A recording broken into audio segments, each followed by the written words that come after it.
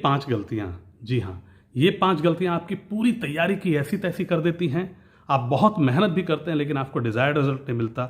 समझेंगे वो 5 गलतियां कौन सी करते हैं स्टूडेंट्स, जिनकी वजह से उनका एग्ज़ाम क्लियर नहीं होता, और क्लियर होता भी है तो वो स्कोर नहीं आ पाता जो स्कोर वो चाहते हैं, मतलब उनको अपनी डिजायर्ड पोस्ट नहीं मिल पाती है।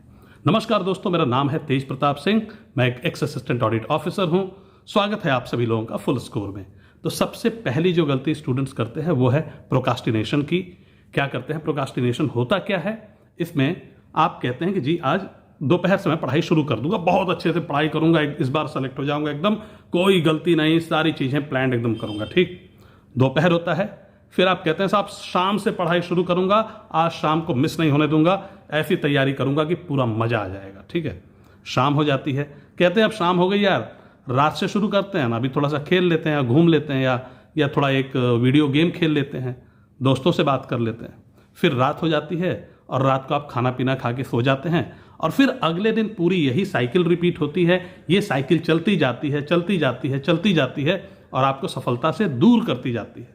तो अगर पढ़ाई करनी है आपको आज, तो अभी 15 मिनट के अंदर में शुरू कर दीजिए, या आधे घंटे के अंदर में, इससे ज़्यादा नहीं। मतलब लाइए, किताबें रखिए, बैठिए और पढ़ाई चालू। पहली बात। दूसरी गलती जो आप करते हैं वो ये है कि प्रॉपर प्लानिंग नहीं करते कि हमें तैयारी कैसे करनी है। मतलब अगर मैं किसी एग्जाम की तैयारी कर रहा हूं तो सबसे पहले मैं उसका पूरा सिलेबस देखूंगा कि भाई साहब सिलेबस है क्या इस एग्जाम का। ठीक, उसके बाद मैं प्रीवियस ईयर पेपर को भी देखूंगा एक बार, भले ही मुझे कम आता हो, लेकिन बैठूंगा, अच्छा कितने क्वेश्चंस आए थे इस टॉपिक से, परसेंटेज से कितने थे, रेशियो प्रोपोर्शन से कितने थे। तो मैं एक मोटा मोटा देखूंगा कि यार सबसे इंपॉर्टेंट चैप्टर्स कौन से हैं। बात समझ रहे हो आप? ये सारी चीजें मैं एक बार क्लियर करूंगा, और भले ही मैं बिल्कुल पढ़ाई एकदम बेसिक से स्टार्ट करूंगा, लेकिन दिमाग में हमेशा ये क्लियर रखूंगा कि ये वाला एरिया बहुत इंपॉर्टेंट है।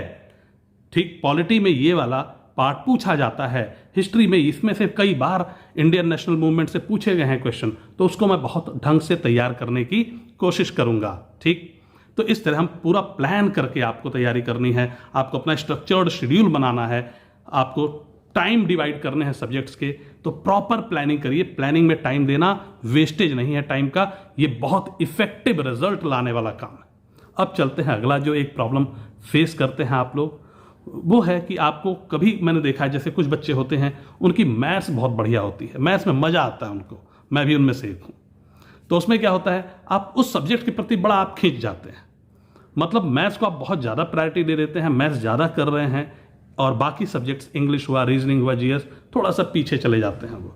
लेकिन एग्जाम ये सारी चीजें नहीं देखेगा, एग्जाम बहुत ब्रूटल है, बहुत ही शैतान है। ठीक है, वो कहेगा बेटा तुमने पढ़ाई नहीं की सब्जेक्ट की, इसमें नंबर तुम्हें नहीं देंगे। तो ये एक दिक्कत हो जाती है। ठीक, तो आपको सभी सब्जेक्ट्स को इक्वल टाइम शुरू में देना है। जब एक सब्जेक्ट बहुत रेडी हो जाए तो वो टाइम दूसरे पे शिफ्ट कर दीजिए, इसका टाइम थोड़ा कम कर दीजिए। इस तरह से आपको सब्जेक्ट्स में टाइम को डिवाइड करना बहुत ही जरूरी है। ठीक, अब चलते हैं आगे। अगला जो रहता है आपका कि आप मल्टीपल बुक्स पे रिलाई करते हैं आप लोग, मतलब एक ही सब्जेक्ट की, जैसे मैथ्स की अभी एक किताब आई, लाल किताब, वो आपने ले ली, तब उसका अपडेटेड वर्जन निकाल देते हैं, भैया उनको बेचना भी तो किताबें हैं, तो वो आपने ले लिया। फिर तब तक कोई दूसरा ऑथर निकाल देता है, वो ले लेते हो आप। कोई और किताब आ जाती है मार्केट में, फिर खूब हल्ला मचता है यूट्यूब पे कि ये किताब सबसे बढ़िया है, फिर आप वो ले लेते हो। ये बहुत ही गलत स्ट्रेटजी है। शुरू में ही आप 2-4-10 वीडियोज टॉपर्स वगैरह के देख के, जो सेलेक्टेड लोग हैं फेसबुक पे ढूंढ के अगर आप उनसे पूछेंगे तो डेफिनेटली आपको सही बताएंगे। मेरे से पूछेंगे, मैं भी सही बताऊंगा आपको। ठीक है, 2-4 लोगों से पूछ के, समझ के, उन किताबों को देख के थोड़ा, फिर आप एक किताब डिसाइड करो और उसको इतनी बार करो कि वो किताब आपके एकदम ब्लड में आ जाए। मतलब 20 किताब करने की बजाय एक किताब उठाओ और उसको आप पी जाओ एकदम बढ़िया से, हर एक सब्जेक्ट्स के लिए एक। ठीक, जरूरत हो कहीं कहीं तो 2, अदरवाइज मतलब 1 इज सफिशियंट। ठीक है, एक दोस्तों आप गलती करते हैं, चौथे में ही इसको मैं डाल रहा हूं। ठीक है, मल्टीपल बुक्स में ही रिवीजन आप लोग प्रॉपर नहीं करते। समझ रहे हैं, एक बार सिलेबस खत्म करेंगे काम नहीं होगा, या फिर आपने 5 चैप्टर के बाद रिवीजन करने आएंगे तो जो पहला चैप्टर था वो नया हो चुका होगा दिमाग में, काम नहीं चलेगा इससे।